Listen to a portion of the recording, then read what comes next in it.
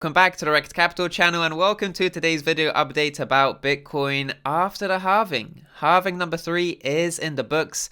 The amount of Bitcoin that gets created every 10 minutes, well, miners are going to be rewarded 6.25 Bitcoin for every mined block. That is 50% less than what they were being rewarded yesterday before the halving. So that's a drastic difference in terms of block reward for miners, and it's very important to understand that this affects Bitcoin's supply quite considerably because the amount of Bitcoin that get created every 10 minutes or so, well, this is starting to change, right? It gets cut in half, so the supply that is entering the circulating supply for Bitcoin has changed fundamentally. So this is a very important fundamental shift to Bitcoin's protocol, and I'm very excited about it because this newfound scarcity translates into price.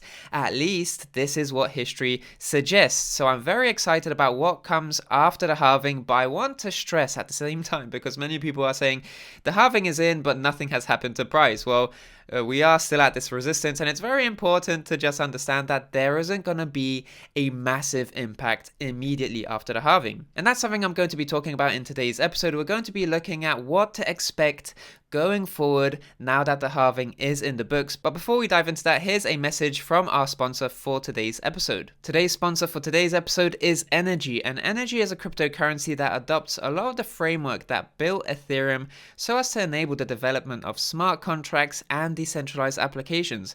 But Energy builds upon Ethereum's framework by combining its recently upgraded smart contracts platform with a strong treasury system, on-chain governance, and a masternode component. The treasury model is what drives Energy's growth and is earning more revenue than the treasury systems that the Dash network has. And Dash network, of course, has one of the largest treasury systems in the space.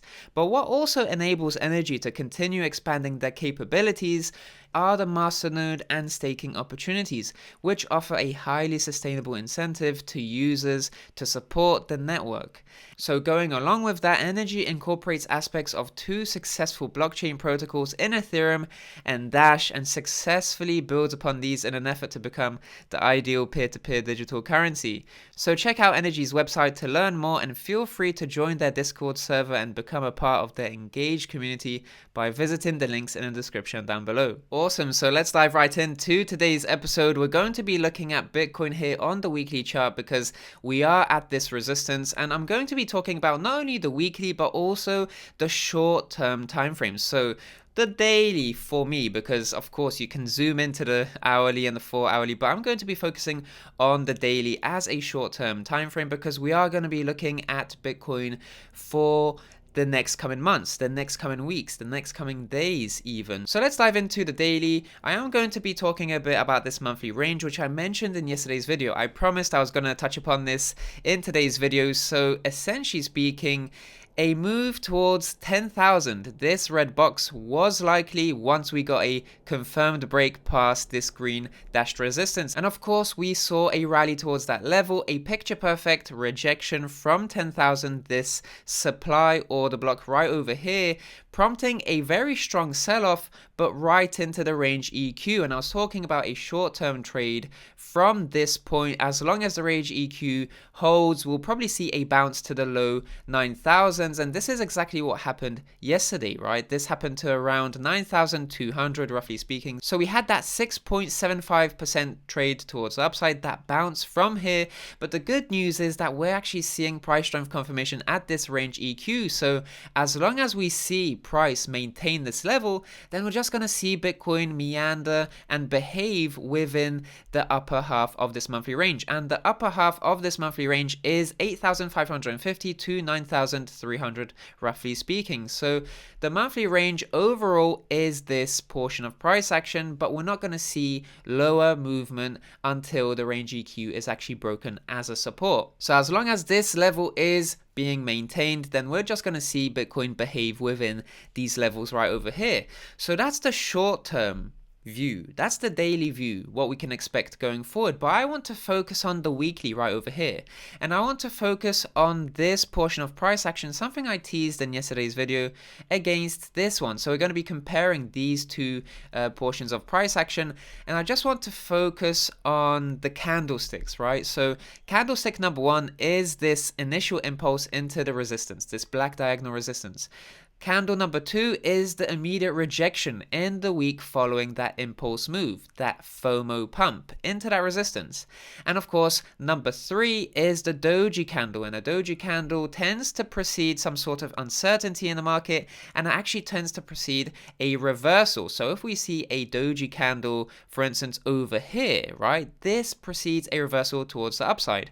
But this doji candle over here also represents uncertainty, but this uncertainty actually preceded downside. So a doji candle is a very good trend reversal candlestick, but we have to bear in mind what context is it in. So this is the context of a resistance, and this is the context of a support at lows. So that's very important to bear in mind, because all of these candles, 1, 2, and 3, are currently really similar to this red box. So February 2020 is when we saw that rejection. So if history repeats itself, we're going to continue to see this doji candle form at these highs, and next week will be the decisive week for Bitcoin's trend.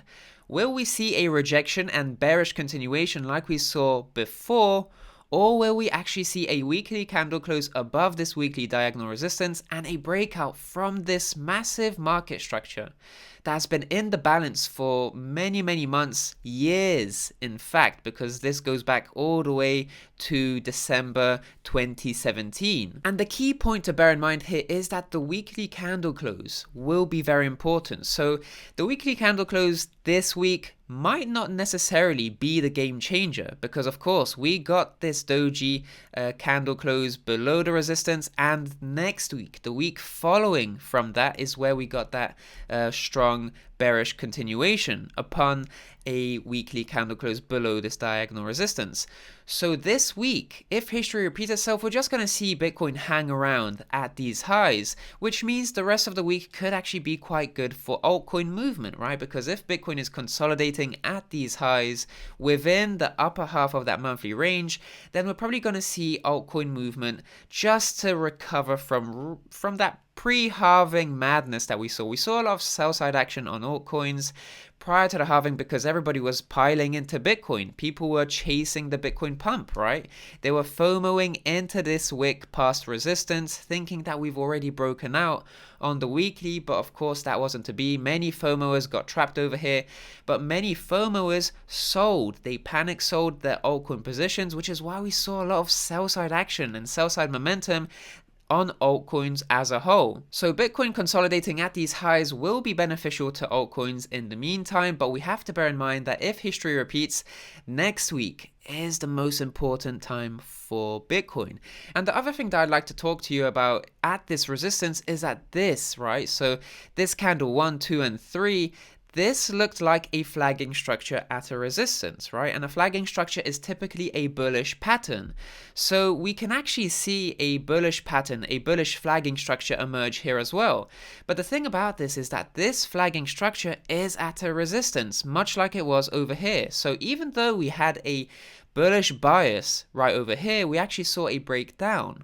So it's very important to just understand that even though we might have a bullish bias in a form of a flagging structure right over here, that doesn't necessarily mean that we will see a weekly candle close above this resistance. It could mean that, but that's essentially what I'm going to be watching for if I want to really be confident that we're going to see tremendous upside continuation and a breakout from this market structure. But I also want to mention that the fact that we saw a continuation, a bearish continuation from this resistance in February was because of the catalyst, right? That negative catalyst. And we saw such acceleratory momentum, cascading sell-side price action because people were really strapped for liquidity. They were looking to build up their cash position in a time of uncertainty.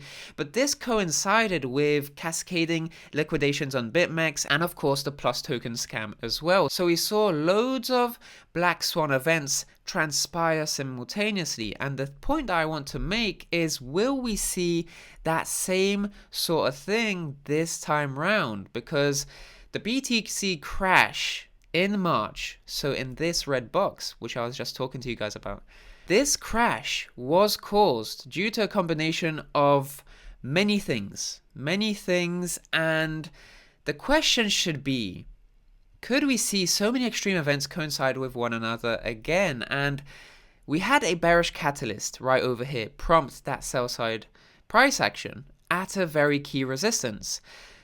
But the only difference right over here is that we don't have a bearish catalyst. In fact, we have a bullish catalyst. We have the Bitcoin halving in the books. So the price context on a technical level is quite similar, right? The candlesticks are similar. The price positioning at a resistance is quite similar as well. So we have a lot of similarities here, but the price context, in the context of what's going on in the world and what's happening in terms of catalysts from a fundamental standpoint. The bearish catalyst over here, and now we're actually seeing a bullish catalyst over here. That's the very key difference that we need to pay attention to.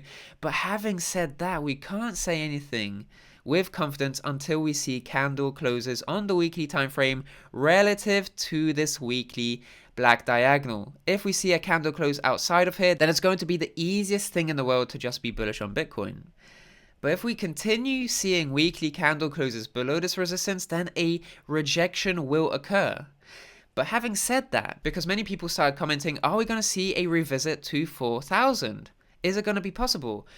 Well, that goes back to this tweet. Could we see so many extreme events coincide with one another again? Because that's what we would need to see bargain buyers at those lows right over here. Well, we'd be very fortunate to just see such a strong sell-off once again. That would be very fortunate for people who are very eager to accumulate at these levels. And I feel like that's an unlikely scenario, but it's one that's possible. Anything is possible as long as Bitcoin is within this triangle, right? Because if we see a strong rejection over here, then it could be possible to return to the 4,000s, but we don't have those negative catalysts at play, which would really inspire that necessary fear and sell-side momentum to just drag price all the way back down here. So at the moment, I feel like it's quite unlikely. And we actually have to understand that the context has changed compared to this time and comparing to this time over here. Bearish catalyst, bullish catalyst, but it's all about the weekly candle close. So while I don't think a strong retrace like this one is going to happen, I do feel like a retrace, a rejection from here could happen. It could definitely happen as long as Bitcoin continues to weekly candle close below this diagonal resistance. It could happen, but having said that, you have to understand that because of the Bitcoin halving, this would be a bear trap because people are selling the news. They bought the hype. The hype kind of dispersed by now. But once this hype really dies down and once Bitcoin gets that rejection, it retraces a bit, it will be a good chance to accumulate Bitcoin at a little lower, and we can't squander that opportunity based on what we understand that Bitcoin really becomes bullish after the halving and tends to rally exponentially towards the upside. So whatever retrace we're going to be seeing right now from that rejection, whether it's a small rejection, whether it's a big rejection, whatever the case, that retrace is going to be a bear trap. It's going to shake out a lot of people out of their investments. People are going to be very fearful to actually try and scoop up Bitcoin at cheaper levels. It's a bear trap for investors because historically we tend to see a reversal from that retracement, from that bear trap, and a reversal towards the upside to all-time highs later, many months later down the line. So it's very important to just understand that whatever retrace happens is most likely going to be a bear trap, and we're already seeing the sell the news effect in full force. And it was nice that the FOMO rally to 10,000 happened, but that was only a teaser of what is yet to come as long as history repeats itself, because if it does, that FOMO rally will be nothing compared to what comes next, to that exponential rally upon breakout from this market structure that has been building up since the end of December 2017. So we're seeing this price compression in towards the apex of this triangle, and it's really exciting what comes next, and it is a super exciting time now after the halving. I want to touch upon the sentiment where people are thinking to themselves, well, the halving is in, but nothing's happening. Why is nothing happening? Well, we need to understand that as Bitcoin approaches the halving, we tend to see a lot of volatility, and after the halving, we tend to see a bit of uninteresting price action. We tend to see consolidation for many weeks after that FOMO pump into the Bitcoin halving number 1. This was the case after halving number 1. After halving number 2, we saw a retracement, and then, of course, that retracement took many weeks, but then we saw weeks of recovery. We saw weeks of sideways price action. So the exponential rallies towards the upside that happened after the halving, it will take some time for those rallies to actually happen. We're actually going to probably see some uninteresting consolidation for many weeks after the halving. And the people who feel that now that the halving is in and Bitcoin should now exponentially rally towards the upside, it doesn't necessarily work that way, and history has verified this for us. It will take a bit more time for that natural scarcity that has only just appeared to really influence price, because of course scarcity enhances value, and that will take some time. So this is going to be a bit more of a detailed look after halving 1. You can see, look at this, guys. A period of consolidation, nothing really interesting. In fact, we saw a bit of sell side, a bit of rejection in the weeks following the halving before an exponential movement towards the upside. Right over here, after halving 2, we saw many weeks of retracement and then many weeks of consolidation before we saw exponential movement towards the upside. So the same thing goes for what we're seeing right now. And we have to bear this in mind for halving number 3, which has only just started. Since we are at this resistance right over here, if we get that rejection, which I've been talking about, right, tying in with what we've seen before, it doesn't have to be such a strong retrace. It could be a small retrace and then just consolidation at these highs for many weeks.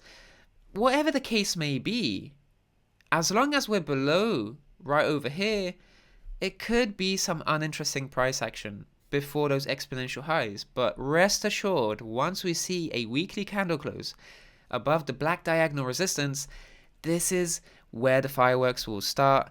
A new bull market will be confirmed, and it's only a matter of time, guys. That being said, thank you so much for watching today's episode. I hope you enjoyed it. If you liked this episode, please consider dropping a like, and of course subscribe to the channel for more videos like this in the future. I'm Rekt Capital, and I'll speak to you in the next video. Speak to you soon.